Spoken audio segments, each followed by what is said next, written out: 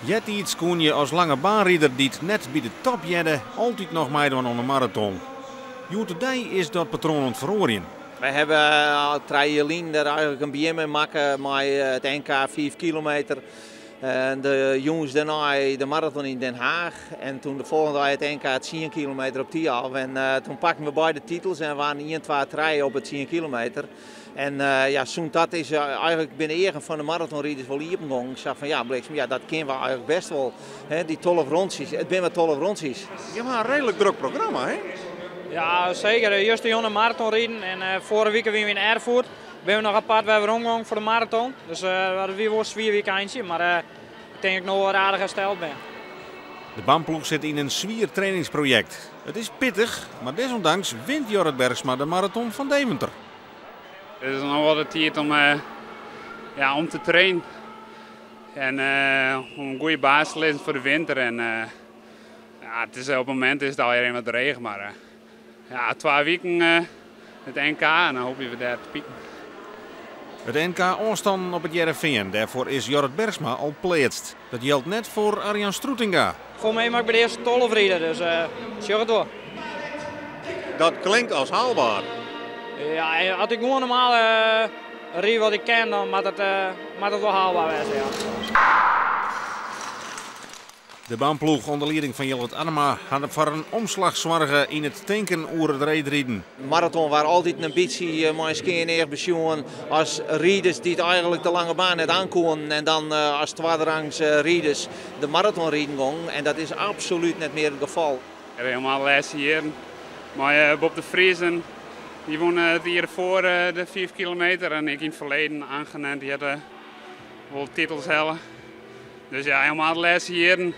Vorig jaar weer de helft van de 5 kilometer deelnemers weer marathonrijders. Dus ja, het begint een beetje om te draaien. Ons eergevoel is echt, we willen die 5 kilometer domineren.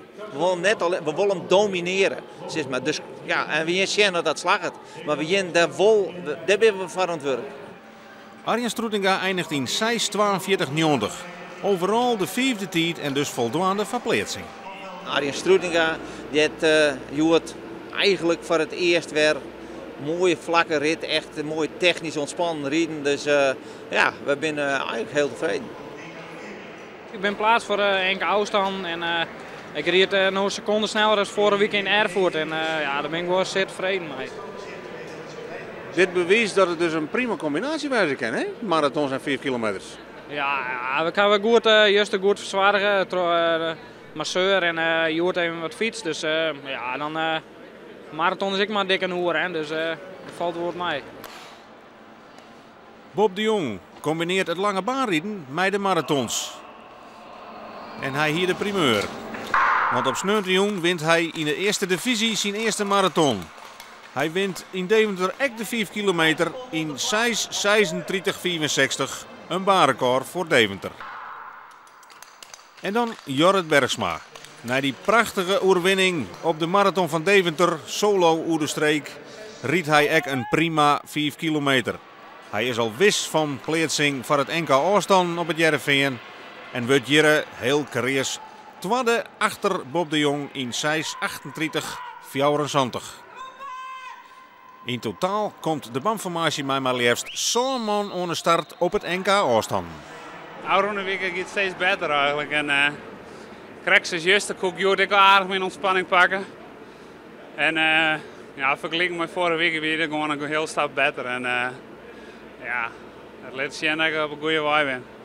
We draaien dit jaar eens het Olympische programma.